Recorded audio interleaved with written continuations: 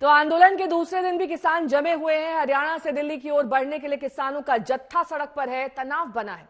Police उन्हें रोकने के लिए तैयार है। किसान आगे बढ़ने की कोशिश में जुटे हैं और इस पूरे मामले में असल मुद्दा एमएसपी का है। किसान नेता लगातार अपनी मांग को दोहरा रहे हैं कि सरकार एमएसपी गारंटी की उनकी मांग को पूरी करे।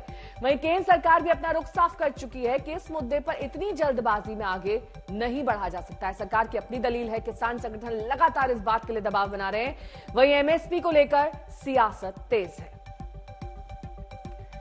तो किसान क्या चाह रहे हैं ये आपको दिखा देते हैं। एमएसपी की उन्हें गारंटी दी जाए, उस तरह कमेटी सरकार की ओर से वादा किया गया है। कमेटी से उम्मीद किसानों को नहीं है, तो सरकार ये कह रही है कि तुरंत नीति संभव नहीं है। इस पूरे मामले पर तुरंत एमएसपी पर ठोस ऐलान किया जाए, किसान ये मांग कर रहे हैं। और सरकार ये कह रही है कि फौरन फैसला एमएसपी पर करना मुश्किल है।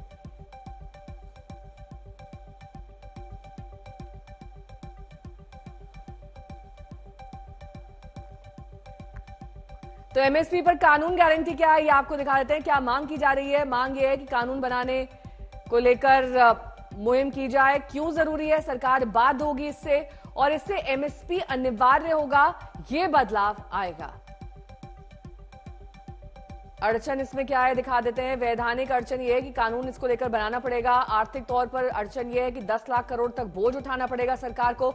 और राजनीतिक इसके मायने ये हैं कि इसका फायदा ही राजनीतिक तौर पर होगा।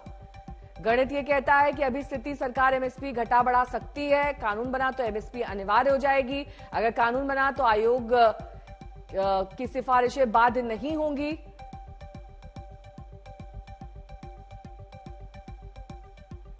सीएसीपी की रिपोर्ट के अनुसार देश के 23 फसलों के ऊपर सरकार पूरी तरह कैलकुलेट कर एमएसपी 23 फसलों का ऐलान करती है।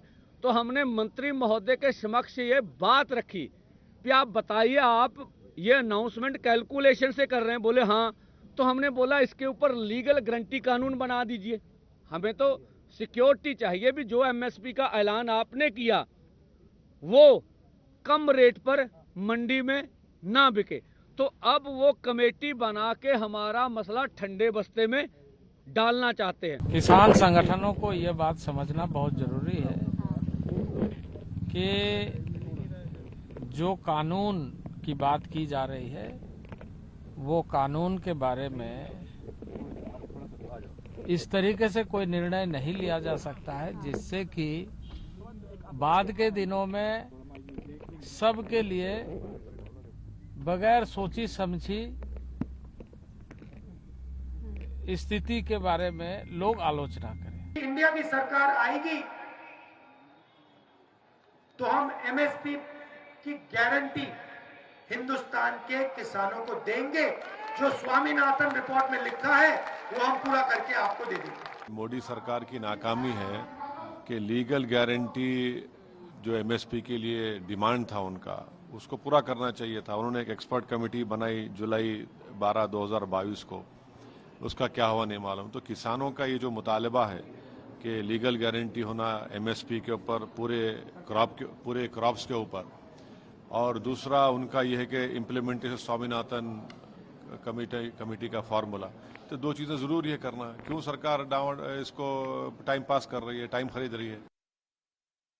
और इस वक्त अलग अलग बॉर्डर से मेरे 4 सहयोगी जुड़ गए हैं तमाम जानकारी के साथ। शंभू बॉर्डर से मेरे सहयोगी अरविंद ओझा इस वक्त जुड़े हुए हैं। टिकरी बॉर्डर से इस वक्त सुशांत मेहरा है। सिंघू बॉर्डर से अमित भारद्वाज हैं। राम किंकर सिंह इस वक्त गाजीपुर बॉर्डर से। सबसे पहले शंभू बॉर्डर का रुख करना होगा।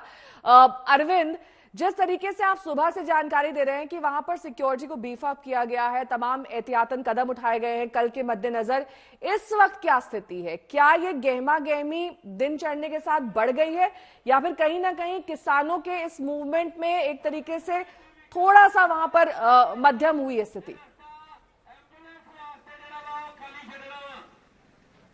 नहीं, देखिए, जो गहमा गहमी अभी माहौल था उस तरह का तो नहीं है, लेकिन एक चीज है वो ये कि किसानों की जो संख्या है वो लगातार यहाँ शंभू बॉर्डर पर पंजाब की तरफ जो है वो लगातार बढ़ती चली जा रही है। कल जिस तरीके से जब ये जो किसान प्रदर्शनकारी हरियाणा की तरफ बढ़ रहे थे तो शंभू बॉर्डर पर जो पुलिया है वहां पर आंसू गैस के गोले छोड़े गए थे भीड़ को तितर बितर करने के लिए, जिसमें से कुछ लोगों को हिरासत में लिया गया था, कुछ प्रदर्शनकारी तितर बितर भी हो गए थे। शाम को विराम, उसके बाद ये जरूर एजेंसीज को लगा कि संख्या कम होगी, लेकिन अगर ये पूरा फ्लाईओवर आप देखें, ये जो फ्लाईओवर खत्म होता है वो ठीक उसी जगह पर जहां पर शंभू बॉर्डर है, पुलिया है, जहां हरियाणा पुलिस के जवान तैनात है। ये पूरा फ्लाईओवर तकरीबन 1.5 किलोमीटर का है। पूरे फ्लाईओवर पर ट्रैक्टर, ट्रॉली, ट्रक में किसान आपको दिखाई दे रहे होंगे पूरी तैयारी के साथ। और इसके अलावा सुबह जो हमने तस्वीरें देखी हैं, हम ये कोशिश करेंगे अनिल जायसवाल को कि आपके दूसरे साइड से दिखाएं। पूरा ये देखिए, जो पूरी स्ट्रेच है ये काफी लंबी स्ट्रेच है। किसानों की संख्या यहाँ पर लगातार बढ़ रही है, यानी बाकी जो अदर्स बॉर्डर पर किसान गए थे वो धीरे धीरे इस जगह पर लामबंद हो रहे हैं। आगे की रणनीति क्या है इसका खुलासा नहीं।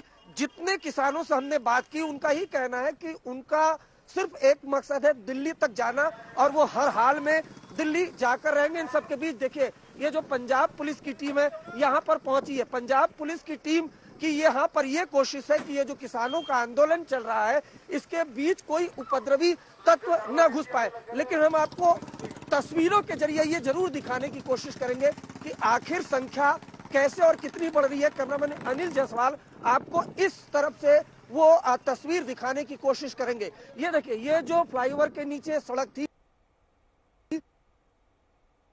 किसान थे, लेकिन ये पूरी सड़क, ये जो अंबाला की सड़क है ये पूरी पट चुकी है, यानी संख्या धीरे धीरे बढ़ती चली जा रही है। तो क्या ये रणनीति है ज्यादा यहाँ? ठीक है, मैं लौटूंगी आपके पास। इस बीच मेरे सहयोगी राम किंकर सिंह भी जुड़े हुए हैं। राम किंकर, आपके ठीक पीछे बैरिकेड दिखाई दे रहा है, ये दरअसल कौन सी सड़क है? थोड़ा सा वहां पे तस्वीरों के जरिए समझाइए। और क्या सुबह से लेकर अभी तक की स्थिति में बदलाव दिखाई दे रहा है या फिर जस का तस वहां पर माहौल बना हुआ है? देखिए, स्थिति में बदलाव तो नहीं है, लेकिन स्थिति को और बेहतर करने की एजेंसियों की तरफ से कोशिश है, खासकर दिल्ली पुलिस की तरफ से। अब मेरे सहयोगी अंकित आपको दिखा रहे हैं कि किस तरह से यहाँ पे जो बैरिकेड है, बैरिकेड पर बाकायदा जो कटीले तार हैं वो लगाने का काम चल रहा है। अगर आप सड़क के इस तरफ देखेंगे तो एक तरफ देखिए कि कटीले तार लग चुके हैं। दरअसल ये दिल्ली से मेरठ को जोड़ने वाला रास्ता है, दिल्ली मेरठ एक्सप्रेसवे की एक लेन है जो अक्सर एक्टिव रहती है। और दूसरी तरफ अगर आप देखेंगे तो जो दूसरी लेन है, तकरीबन 3 से 4 लेन है, और उसमें से दूसरी लेन आप देखेंगे कि वहां पर बाकायदा कटीले तार लग चुके हैं। यानी साफ है कि वक्त थमा नहीं है, लेकिन ठीक है, मैं रोकूंगी आपको। ये शंभू बॉर्डर की तस्वीर हम आपको दिखा रहे हैं। एक बार फिर से वहां पर आंसू गैस के गोले ड्रोन के जरिए छोड़े गए हैं, इसलिए वहां पर हवा में धुआं ही धुआं दिखाई दे रहा है, जिसको पार पाने के लिए पानी का इस्तेमाल भी किया जा रहा है।